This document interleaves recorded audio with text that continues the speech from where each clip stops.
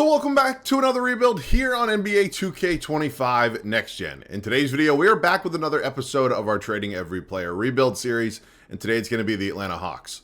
As we are slowly but surely wrapping up this series, I'm almost 100% positive that all of you know how these work, but just in case you do not, let me explain it to you really quickly. Basically, we're going to start at the beginning of the 2024-2025 season. We have an updated Atlanta Hawks roster. Of course, we are going to go ahead and trade away every single player that is currently on this roster. We'll have no say in any of the trades whatsoever. At no point throughout this rebuild may anybody who's currently a Hawk be welcomed back to the team, and goals to win a championship.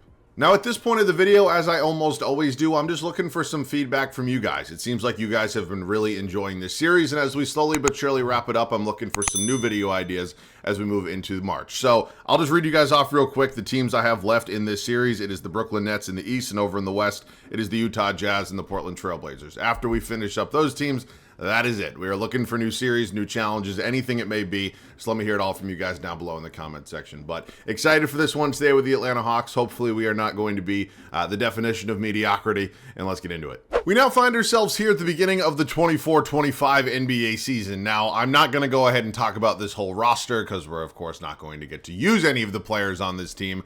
But I really do just want to say that Trae Young has had an unbelievable season so far, and I really don't think he's gotten nearly enough credit for how good he's been, even though the Hawks are not necessarily a really good team. So just wanted to point that out there. All right, man, let's just get into it. Trae Young, of course, the face of this franchise right now. I don't really know what their long-term plans are with him. Of course, here today, we're going to go ahead and move him right off the rip. He's going to be the first guy that is traded today. So, yep, 90 overall, 26 years old. Going to end up with 18 different offers. I am assuming that whoever we get in return will not be as good as Trae Young, as is typically the case in these situations. So, eyes are going to be closed, as they always are. We will have no say in this deal whatsoever, and we will stop right about now. Dylan, oh my God. Oh my God. Okay, well, that is just disgusting. There's no way I'm going to try to spin that into a positive. It is what it is. All right, Jalen Johnson. If I pair him up with a Kongu, just because Johnson's only making $4.5 million at the moment because he's still on his rookie contract technically, 13 offers is more than enough here. Again, just trying to match it up with some bigger salaries because Johnson is an 85 overall or something like that. Stop. Okay, this is what I'm talking about. Jalen Johnson and Onyeka Okongwu going to Houston. Another deal here with Houston for Şengün and Reed Shepherd. That I can live with. Again, I don't necessarily love it, but I can live with it. Dyson Daniels, who has been fantastic for this team so far in real life. We're going to go ahead and trade him with Clint Capella. And again, 14 offers, more than serviceable enough to hopefully land ourselves a pretty good deal right here. So what we're going to do is we're going to stop right now. Eyes are still closed, as you can see, and we're going one to the right this time. Benedict Mathurin and Miles Turner, or it would have been Cam Thomas and Cam Johnson. All right, I mean, I'll take Mathurin and Turner. That's certainly not the end of the world, and we'll just kind of keep making our way through this. So, next up is going to be the number 1 overall pick from the 2024 NBA Draft, Mr. Zachary Risache, only 19 years old. We have 11 different offers in here if we're going to go ahead and trade him. So, I don't really know what we're going to find here. Hopefully something decent. Stop. Bobby Portis and Kyle Kuzma from the Milwaukee Bucks. And we are sending out Terrence Mann, of course, along with Zachary Risache in this deal. So we're definitely becoming a more experienced and a more veteran team here. I still don't love it whatsoever, but it kind of just, is what we got right now. We don't have much say. All right, Karis LeVert, Larry Nance Jr. going to be the next two up on my list. 2 veteran players, 13 offers for the pair, and hoping to just get some nice depth in return. That's all I can really ask for at this point. Stop. Keldon Johnson, Harrison Barnes. We have so many goddamn wings on this team. It is not even funny at this point. I mean, just look from like Keldon Johnson up. Look how many wing players are on this team. I mean, just absolutely insane. Georges Niang, who I believe was a deadline edition, correct me if I'm wrong. Him and Vit Krejci will be the next 2 that we are going to move on this list. 23 different offers here for these 2. And again, I need some guards at this point, so hopefully there's something out there at that guard spot. Stop. Larry Nance, I can't get Larry Nance Jr. back. Okay, continuing to make our way through the list. Stop. Terrence Shannon Jr., Leonard Millard. Not really going to do anything for me anyways. All right, I think we're slowly but surely getting to the end of this list. I think it's just, yeah, actually, we don't trade the two-way player. So if I throw Mo Guy in here as well, I think that actually should do it. All right, that's 5 offers. That's fine. It's not as many as I would typically like, but I can live with it here. And stop. Nickeil Alexander-Walker, Dante DiVincenzo. You know what? At least it is some guard depth because I desperately needed it. So, at this point, there obviously is the rule in place that I have for all of these videos and have had for pretty much since the start of this series, that I can't make any trades now pretty much until the first offseason. So we are locked into this core. We do not trade the two-way players, and I'm going to have to do my best to move around positions and get a good 10-man rotation. Okay, we have finalized the 10-man rotation. Something I always like to note, I mentioned this in pretty much every single one of these rebuilds, but the previously traded draft picks, that is still on. I don't turn that setting off just because we were at the start of the season and then it's a different roster, and this is obviously a series. The previously traded draft picks, all of the picks that the Atlanta Hawks shipped out for DeJounte Murray, those are still gone. Spurs still have all those swaps. I know sometimes people get confused about it, but that is still the situation we are in. All right, here's how it's going to look. Fred VanVleet and Nickeil Alexander-Walker. They are the two best options we have at this backcourt. It is probably not going to be my backcourt as we enter year 2, but it is what we have here for the first season. I moved Dillon Brooks. He was actually listed as a power forward. You move him to small forward. He jumps up to an 84. He'll get the starting nod at the 3. Kuzma is going to be my starting 4, and then finally Şengün as my starting center. Bench unit will be led by Bobby Portis Jr. He is backing up Kuzma. Benedict Mathurin is the backup behind Dillon Brooks. Miles Turner, of course, backing up Şengün. And then Dante DiVincenzo actually went down 1 overall when I moved him to the shooting guard spot. That I don't understand. It is what it is, again, but he'll just be the backup too. And then Reed Shepherd will be getting 12 minutes a night, backing up Mr. VanVleet. So that's what we're working with. Again, we have a lot of depth at the forward spot. Harrison Barnes, Keldon Johnson, just really not getting any minutes. Same with Terrence Shannon Jr. and Leonard Miller. Just the situation we have found ourselves in. Of course, we'll clean it up come off-season time, but that is what we're working with for now. So I will see you guys at the end of year number 1. Year 1 is officially over, and for that, I am very thankful, because we were not good at all. 30-52 is going to end up being the final record, and just to kind of pile on to the bad news, our first-round pick is owned by the San Antonio Spurs, and it is completely unprotected, meaning we will not have that pick back in any way, shape, or form. Let's do it. Nikola Jokic is your MVP. Alex Sarr, Rookie of the Year over there in D.C. RJ Barrett coming off the bench in Toronto for God knows what reason. Wemby wins Depoy. Men Thompson, Most Improved. Giannis, Clutch Player of the Year. And Steve Kerr, full season with Jimmy and Steph. Look what happens over there in Golden State. Okay, let's talk about the standings, because we're not in the playoffs. We're not even going to be in the play-in. Well, it says we are, but we're not. It doesn't go to the 11 seed, so... yeah, it's going to be a lottery pick that the Spurs are going to get from us, and it's unfortunate because that DeJounte Murray trade only ages worse by the day. Here are the numbers. Kyle Kuzma leading us in scoring, Alperen Şengün, Fred VanVleet, Nickeil Alexander-Walker. I mean, we're a pretty well-balanced attack, but we do have some pretty good depth. The thing right now is just going to be kind of weeding out who we want to keep moving forward and who we're certainly looking to upgrade. So I am hoping that this is the one year we are not in the playoffs, but let's sim through and just see what ends up happening here. It is going to be a rematch of 2022 between Steph Curry, Jaylen Brown, Celtics versus Warriors, and the Celtics get a little revenge. Jason Tatum, your finals MVP. Okay, we now have free reign and a full ability pretty much at this point to do whatever we want outside of trading for any players who started out this video as Atlanta Hawks. So LeBron entering the Hall of Fame and retiring. Draft lottery. Let's just see where the pain's going to come in. It looks like the Spurs are going to be projected to have our pick at number 7. It sucks. There's no protections on it in real life. It actually is, how it is. So the 8th overall pick going to the San Antonio Spurs.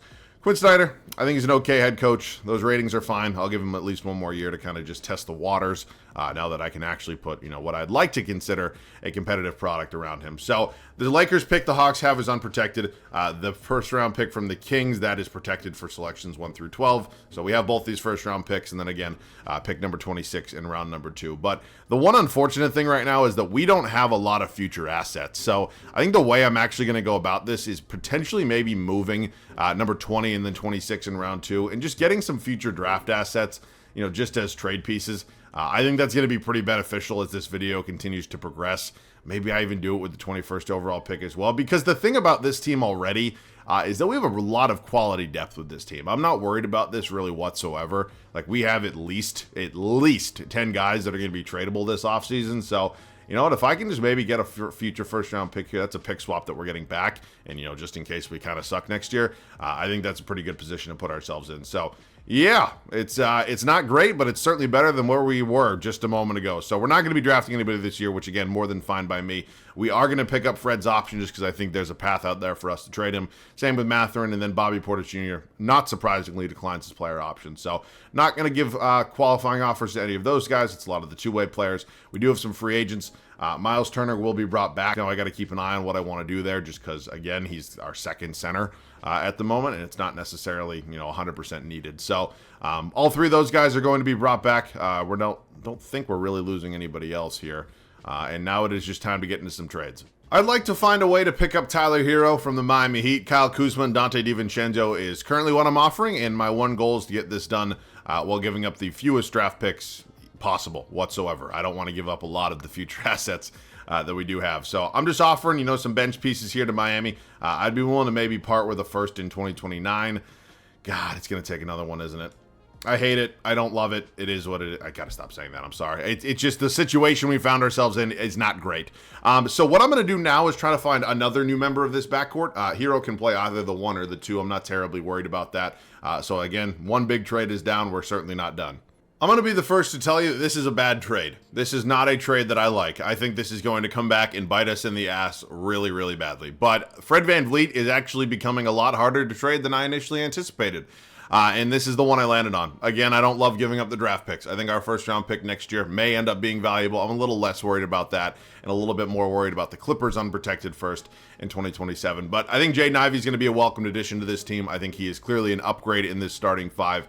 And I think he's going to be a player that I'm willing to invest in long term, where, of course, Fred, not quite at that point. So, again, I hate giving up the picks. I don't love this whatsoever. I think overall-wise, that is not a good trade for us, but I think it is a move that is almost a necessary evil, if you will. So, I'm not sure what I'm going to do with Lonzo Ball. He's not really as needed with this team. I think we could maybe move him and try to recuperate at least 1 or 2 draft picks. I think the same can be done with Harrison Barnes, who's 33 and really was just never going to be a long-term piece with this team. Thank you very much, Charlotte. And then let's just see the options here for Lonzo, because I think, at this point, I'd rather have Reed Shepherd just based on how I know both of these players will develop moving forward. So I hate to keep abusing the Charlotte Hornets, but it looks like they're the only team that is really offering me just draft picks straight up. So thank you very much, Charlotte. It is very much appreciated. So that's going to be it for trades as we head in to year number 2. I think we should be better. And again, I'm really hoping we are, because we do not have our draft pick still. So see you guys at the start of year number 2.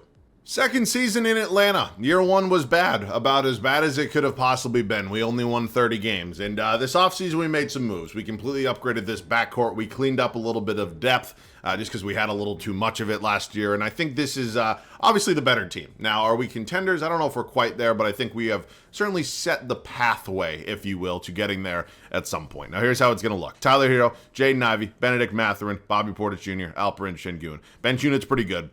Brooks is going to slide to the bench. I'm doing that for a couple reasons. First and foremost, it's because 2K recommends it. And then second, and maybe more importantly, is I think Mathurin just has a little bit more potential than Brooks does at this point, their respective careers. Miles Turner will remain our backup center. Reed Shepherd developing nicely. Got Keldon Johnson at the backup 4. And finally, Nickeil Alexander-Walker, who goes from starting shooting guard to 10th and final man in rotation. Yeah, I feel kind of bad. I'll see you guys at the end of year number 2. All things considered, I'm pretty okay with the way this year went. Now, 47-35, that's going to be the final record. Is it the best we could have possibly done? I wouldn't quite say that. But again, it is a positive record, and it is likely a playoff spot for a team that desperately needs it. Luka in Los Angeles. Yep, he's your MVP. Great work, Nico. Cooper Flagg is a member of the Pelicans, takes home Rookie of the Year. Anthony Simons coming off the bench over there in Portland, almost 21 points a game. 6th man. Wemby wins another DPOY. Rob Dillingham, most improved. Cade Cunningham, clutch player of the Cade's been fucking hooping this year, man. If you have not been watching or paying attention to Cade Cunningham and the Pistons, they're doing pretty well right now. And then Jason Kidd, Coach of the Year. Okay, we are going to be in the playoffs. We end up at, maybe not. We're the play-in. So, you know what? Maybe we will not end up in the playoffs. I mean, there's always a possibility. You never know the way these things are going to go. And then let's go over some of the numbers real quick, because even with, the relatively successful season I'd say we have, I'd still say there's at least 1 or 2 moves I will be looking to make this offseason. So I have a pretty good idea of who it's going to be, but just wanted to get a bigger picture. Okay, if we beat Chicago, we are the 7th seed. And if we lose, we'll be taking on the winner of 9 versus 10. So Tobias Harris has come to save the day with Chicago. And 2 perpetual playoff or play-in teams with the Atlanta Hawks and the Chicago Bulls, and they are the 2 that advance it as well. We're moving on to Detroit. We just discussed them a little bit. I don't know why they are willing to take on Paul George and that atrocious contract he is currently on, but they were. And now they're the 2 seed. So first round battle here is definitely not going to be the easiest we have ever seen. We are down 2-1 at the moment. We go down 3-1. We force a game 6. We win that game 6, and then we lose game 7. Can't quite come all the way back from being down 3-1. But all things considered, not too bad. Now, let's take a look at some of the numbers here real quick. Need some more out of Mathurin. That can't happen. Portis just not nearly as good as I would hope. So I had a pretty good idea already. Oh, that just rub a little salt in the wound, why won't you? I had a pretty good idea already of who I was going to, I mean, seriously? Come on. Going to go ahead and be moving this offseason in the positions I've been looking to upgrade, but a lot of that just, solidified my thoughts even further. So as we enter the final offseason, I don't believe we're going to have any lottery picks here. Yeah, I don't think so. Anyway, I'm not seeing any. Oh, the Charlotte pick. I'm fucking blind.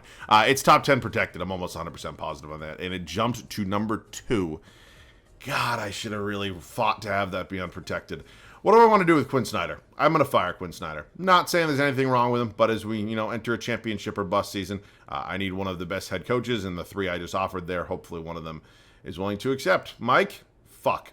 Okay, well, we now have to reset a little bit. Who is Diego Cabello? I think I've signed him once or twice, and the ratings are pretty good. So, Diego, welcome to Atlanta. Okay, it is the 2026 NBA Draft. Now, I know our pick that was technically by Charlotte did not end up being our own, but we do have the 27th overall pick from the Spurs. And what I'm going to do here is a strategy I frequently use. I'm going to draft somebody and potentially include them in a trade. Darion Reed appears to be the only C overall according to our scouting department. So, Darion Reed, 6'8" out of Alabama. Welcome to the team, 72 overall. Team player options. Reed Shepard, certainly going to bring him back. Qualifying offers, Ivy and Mathurin are 2 players I am certainly going to be looking to extend. And let's just see what kind of money they're asking for. Well, they both want about 32 annually. Understandable, but certainly a hefty price tag right there. So at this point, we are certainly going to look to make at least 1 or 2 more upgrades with this squad. Okay, something to note real quick. I am in the middle of trying to work out a trade to land ourselves Scotty Barnes. This is what I'm offering right now. You can see it. You have eyeballs. Miles Turner, Keldon Johnson, Darion Reed, 2 future first-round draft picks. And when I went to propose this, I got a counteroffer. And it's a counteroffer I'm going to take. I was just surprised at the, sheer stupidity of it. I don't really know why they want to give me Bam Adebayo for Bobby Portis Jr., but, stupid is as stupid does, and all power to you. Thank you very much, Toronto. I have no idea. The thing I got to sort out now is what this starting 5 is going to look like. I think I'm going to move Scotty to the 3 and have Bam run the 4. I mean, again, I don't know if it's the perfect fit, but I think it is the way it is going to benefit this team most. So I'm excited by this. I can't believe we were actually able to get that done. And at this point, I think all I'm really going to look to do is maybe just sign myself a new backup center, because I'll move Brooks back to the 4. He'll be the backup behind Bam. And just like that, we have done, in my opinion, a really good job of kind of adding the final pieces that were needed. But I didn't think this was going to be a possibility, but it kind of just landed in my lap. And looking at some of the center options here, I don't know. I guess Drummond's fine for, 1 year. Just rebound the shit out of the basketball. Okay, well, you know what? I'm going to run this thing. I'm going to risk it. I understand we haven't even won a playoff series, but adding Scotty Barnes and Bam Adebayo to the team we had last year feels like a really good win. So I think this team could easily be a championship contender. So, see you guys at the start of the final season. For obvious reasons, I have high hopes. This is by far the best team we've had yet. Again, not really sure why the Toronto Raptors were willing to do that deal, nor how the hell did Bam end up in Toronto, but he did, and this is what we're working with now. Very loaded group. Tyler Hero, Jaden Ivey, Scotty Barnes, Bam Adebayo, Alperen Şengün. Banchino will be led by Benedict Mathurin, Reed Shepard not far behind him, Dillon Brooks, Nickeil Alexander-Walker, and Andre Drummond, of course, all led by new head coach Diego Cabello as well. So this has to be it. I don't think there's much debate, and I'll just see you guys at the end of year number 3. Victor Wembanyama has finally arrived. MVP. I know he had won, the Defensive Player of the Year the past 2 seasons as well. We go 66-16, which is clearly our best record yet, and hopefully this is the season we can get that championship. Cameron Boozer, your Rookie of the Year. AJ DeBansta, surprise. Wemby. Jeremiah Fears, Most Improved. Steph Curry, Clutch Player of the Year. And our head guy, Diego Cabello, is your Coach of the Year. Okay, let's talk about the standings. Finally, the 1 seed. We're not in the playoffs, but our playing spot. Thank God. And we had the best record in the league, so maybe this is championship time. I'm pretty confident in this group. Jaden Ivey actually leading the scoring department. Looks like we had 6 guys in double figures in terms of points per game. Rebounds led by Şengün, and assists also going to be Şengün. So, first round of the playoffs, us in Cleveland. Certainly not my favorite first round matchup. I'm, always annoyed when these situations kind of end up happening. But I think we're, obviously battle tested. I think we're a good enough team to beat them, even if it's a pain in the ass. We now move on to Orlando here in the East semis, who are also really good. I'm not denying that. I think, honestly, Cleveland might be a little better, but I'm certainly not just going to skip over the Orlando Magic because they are talented. Up 3-1, we win in 5. Moving on to the Indiana Pacers. I forgot I traded them Dyson Daniels. That sucks. I mean, they no longer have Miles Turner, but that is still a really solid squad they got going there in Indiana. And I'm nervous. 2-2 right now with the Pacers. Big Game 5 victory. Going to Game 7. We win that Game 7. We are taking on Shai Gilgeous-Alexander in the Oklahoma City Thunder here in the NBA Finals. Yeah, I mean, there's not too much to say. This has been a gauntlet of a playoff run so far, and I am really hoping we can finish the job, because that would be a really, really nice way to cap off this video. Up 3-0, we sweep the Thunder, and Alperen Şengün is going to be your Finals MVP. Wow, that was the easiest series out of the whole bunch. I didn't see that one coming. Okay, man, this was a fun video. You know, that final offseason, excuse me, I wasn't necessarily, you know, I didn't have my mind made up on the trade that I wanted to make or the player that I was going to acquire, like who I was going to target, you know, specifically. And then I was trying to get Scotty, and for God knows what reason, the Toronto Raptors were willing to just kind of throw in Bam Adebayo there. So thank you very much, Toronto. You're probably one of the main reasons we won it all here. So I hope you guys enjoyed. As I mentioned, this series slowly but surely wrapping up and coming to an end. You know, by my math, it'll probably be wrapped up next week. So at the end of next week. So looking for some ideas. Let me hear it all down below in the comment section. And yeah, man, that'll do it for me. As always, thanks so much for watching. I love you guys. I'll catch you guys all in the next one.